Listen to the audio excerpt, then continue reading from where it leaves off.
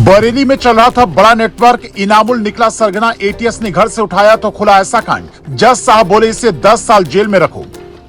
जिहाद के लिए जीता था जिंदगी, व्हाट्सएप ग्रुप से करता था भर्ती। माइंड वॉश का बिछाया था ऐसा जाल, पूछताछ में एटीएस अधिकारी भी रह गए दंग। कश्मीर में बैठा था शागिर्द, अफगानिस्तान से आते थे आदेश। ओसामा को मानता था का हिंदुस्तान के कई शहरों को एक साथ चाहता था दहलाना।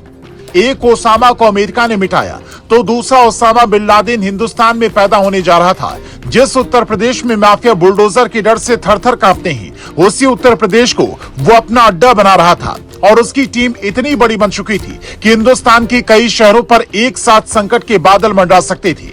मुंबई में जो हुआ था वो देश के अलग अलग हिस्सों में एक साथ हो सकता था। इतनी बड़ी प्लानिंग रचने वाली आरोपी का नाम मोहम्मद इनामुल है। पता बरेली का एक मोहल्ला। वो उत्तर प्रदेश के बरेली को अपना गढ़ बनाना चाहता था। नए नए लोगों को जोड़ने के लिए लाइफ फॉर जिहाद नाम का व्हाट्सएप ग्रुप बना रखा था। वहां अलकायदा से जुड़ी वो ऐसी ऐसी बातें लिखता, युवाओं को ऐसे ऐसे बरगलाता कि दर्जनों लोग उसकी बातों के कायल हो चुके थे, उसके लिए जान देने को तैयार थे। वो जाकिर नाइक की तरह कोई सभा नहीं करता, बल्कि एक मोबाइल से ही पूरा खेल रच रहा था। उसके फोन में ओसामा बिन लादेन वाले अलकायदा से जुड़े इतने फोटोज और साहित्य मिले कि एटीएस के अधिकारी भी दंग रह गए कि भारत में बैठकर कोई इतनी जानकारी कैसे जुटा सकता है। उसके बाद पूछताछ में जो राज उसने खोले वो नहीं पता चलता तो शायद हिंदुस्तान की सुरक्षा में बड़ी सेंध लग सकती थी। खुलासा नंबर 1, कश्मीर में बैठे शकील अहमद के साथ उसका संपर्क है। शकील अहमद को सीधा विदेश से आदेश आते थे। खुलासा नंबर 2, ये हिंदुस्तान में अलकायदा मॉड्यूल खड़ा करना चाहते थे। धर्म और पैसे के नाम पर लोगों को बरगला रहे थे। खुलासा नंबर 3, लाइफ फॉर जिहाद नाम का ग्रुप बनाया हुआ था, जिसमें वो देश विरोधी बातें लिखता, प्लानिंग बनाता था। इनकी प्लानिंग हिंदुस्तान के कई शहरों को एक साथ दहलाने की थी, लेकिन ये अपने नापाक मंसूबों में कामयाब हो पाते उससे पहले यूपी एटीएस ने छापा मार दिया।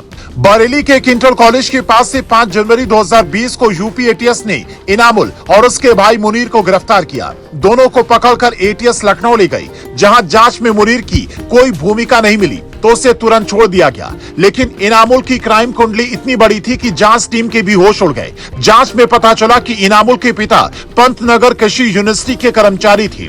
इनामुल के भाई फरीद को पिता की जगह नौकरी मिल गई थी, इसलिए इनामुल पंतनगर में ही शुरुआती दिनों में रहता था। वहां रहकर इसने पढ़ाई की, फिर बरेली वाले घर पर रहने लगा, जहां पड़ोसी इसे समझदार और काफी पढ़ा लिखा मानते थे। यहां तक कि एटीएस जब इसे उठाकर ले गई तब भी पड़ोसी हैरान थे। लेकिन एटीएस ने जब इसकी फेसबुक प्रोफाइल देखी तो पता चला कि इनामुल हक अपनी फेसबुक आईडी के कवर पेज पर मारे गए आतंकी जाकिर मूसा के स्टाइल में अंगुली उठाया था। फेसबुक पर इसके एक नहीं कई अकाउंट थे। एटीएस की एक टीम मोहम्मद शोएब उर्फ अबू मोहम्मद अल हिंदी को ढूंढने में लगी थी। गिरफ्तारी के बाद पता चला कि ये सब इनामुल के ही नाम थे।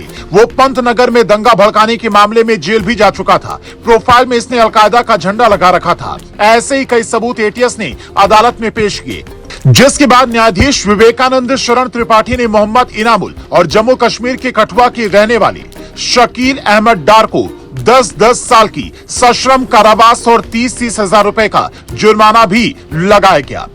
जिसके बाद एक बात तो साफ हो गई कि हिंदुस्तान में बैठे ऐसे दुश्मनों का अगर समय रहते इलाज नहीं हुआ तो खतरा बड़ा हो सकता है।